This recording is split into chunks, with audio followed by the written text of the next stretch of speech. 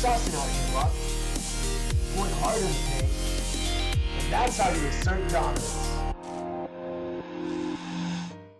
Hey, what's up guys, it's Jake aka Tag, and I just ended up finishing my RCC matches. We ended up qualifying and now Nova is into the playoffs. The RCC Clan League is a professional Clash Royale league. I ended up playing 3 matches and they're really high level stuff. So I really want to go over them with you guys.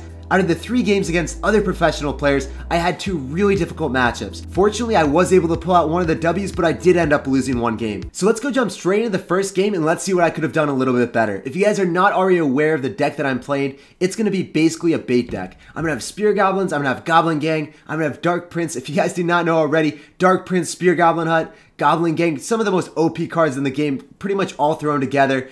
Basically what happens is the Spear Goblin Hut and the Minion Horde serve as poison bait. One or the other gets value. However, in this matchup that we have right here, he's going to have Ice Wizard and NATO to just mitigate all damage from the Minion Horde. So that's not going to give me any value throughout the entirety of this game. And then also he's going to have poison for the Goblin Hut. So he's got a really nice counter system for me. So he's off to a great start, but hopefully we can pull this one out. Essentially what I had to do is I had to go in for a lot of minor poisons early on, and as soon as it started to get down to like 1,200 damage on my tower, I couldn't actually go in for any more Spear Goblin Huts because it's just giving him too much poison value. So I have to get a damage lead early on with Spear Goblin Hut, and you guys are noticing that I'm actually accomplishing that really early on. So he's going to go in for minor poisons. Unfortunately, I don't end up catching the minor with the Dark Prince, so that is a little bit of a misplay, but it's also very hard to guess. So typically, they go in for minors in the front of the tower, so I just made the guess. Unfortunately, I was incorrect. If I actually caught that minor, maybe it would have been a little bit better for me in this game.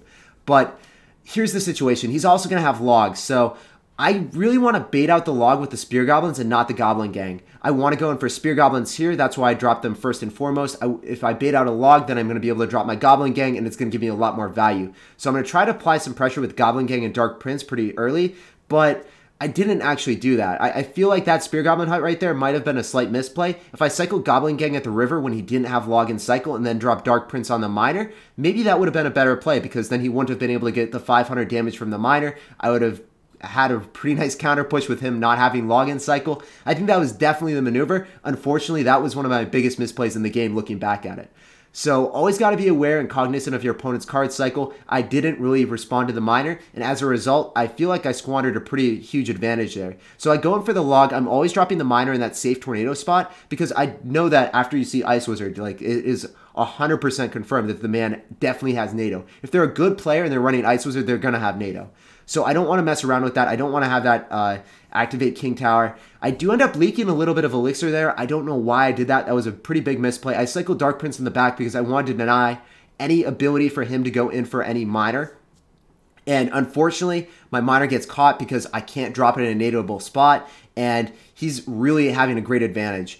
Unfortunately, the Ice Spirit also ended up connecting to my tower and the Dark Prince in one fell swoop, so that was kind of disgusting. Really great start for him. I go in for the log, my miner gets on top of the tower, and despite the really bad start in the kind of difficult matchup for me, we almost won, but the log rolls in just before I was able to cycle off a poison. So that guy played it really well, and it was a really difficult matchup. If you guys noticed what I should have done better, I really should have cycled the Goblin Gang at the start and then dropped my Dark Prince on the miner, but I just sustained way too much damage there. And because I sustained too much damage there, he was able to run away with the victory. Alright guys, so let's take a look at the second matchup. The second matchup was also incredibly difficult. He's going to have Pekka for my Golem, he's going to have 3 Musketeers and Elixir Collector. The difficult thing is, I have to go and rocket the Elixir Collector, and if I don't have the rocket and cycle at the start of the game and he gets an Elixir advantage, then goes in for 3 Musketeers, it could always be very difficult.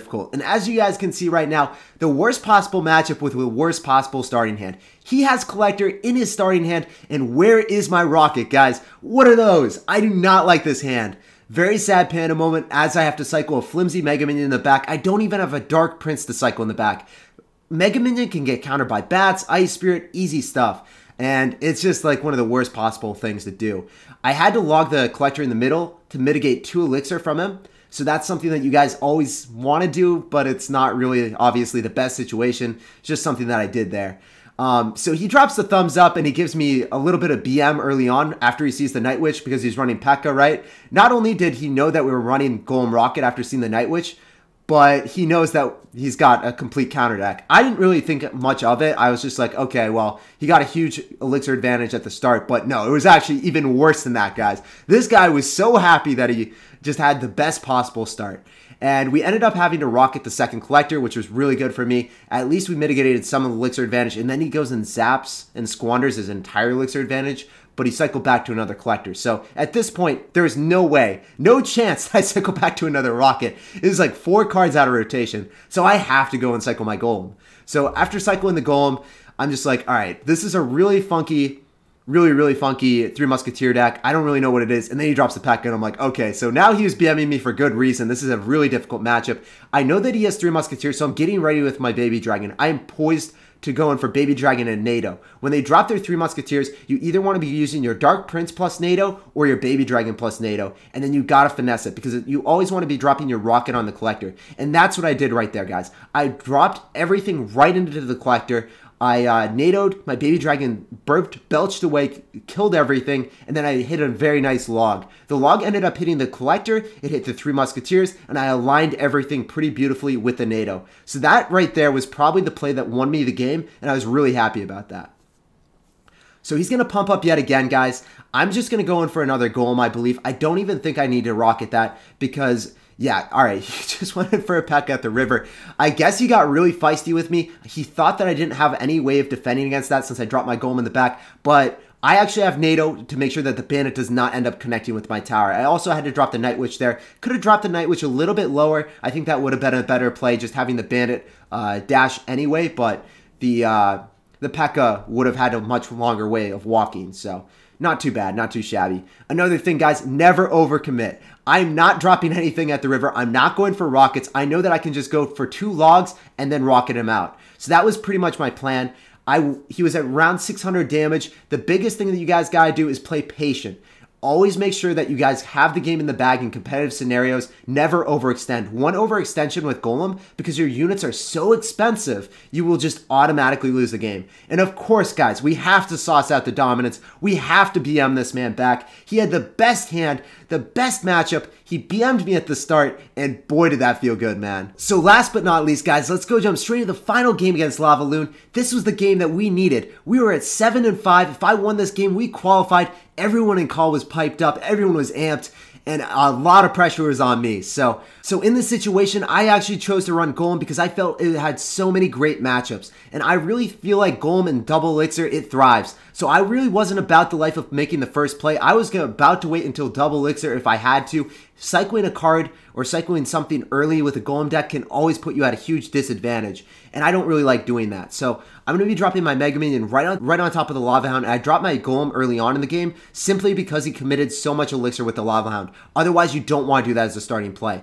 So 2 things that you really want to do to support your Golem when they drop a Lava Hound is either do a Night Witch in the back as soon as possible so a ton of bats accumulate, or you want to cycle a Mega Minion for a lot of DPS. Babydragon doesn't do too much DPS, so it was pretty good for me. I also dropped a Dark Prince behind my Golem to decimate all of the skeletons. I did not commit too heavily to that push, and we're going to talk about another thing right here. The Inferno Dragon. Sure, it's going to sizzle my tower, but you're not running a Mana control deck. You cannot defend everything. That is something that you got to keep in mind. It is paramount to trade tower damage for elixir. It wasn't even that much, but I'm just saying you gotta make sure that you make some sacrifices here. I'm always gonna go same lane as the Lava Hound. That's what you gotta do with Golem. That is something that you always have to keep in mind. Go same lane, you're gonna win the battle, and then your counter pushing units will just thrive and decimate them. So I cycled my Night Witch at 4 elixir. I cycled it really early so I could get as many bats on the field as soon as possible. I'm going to be dropping my Dark Prince to kill the skeletons from the tombstone. This is a really good sequence of events for me. I'm going to actually be cycling my Mega Minion at the river to kill his Mega Minion because my bats are distracting him.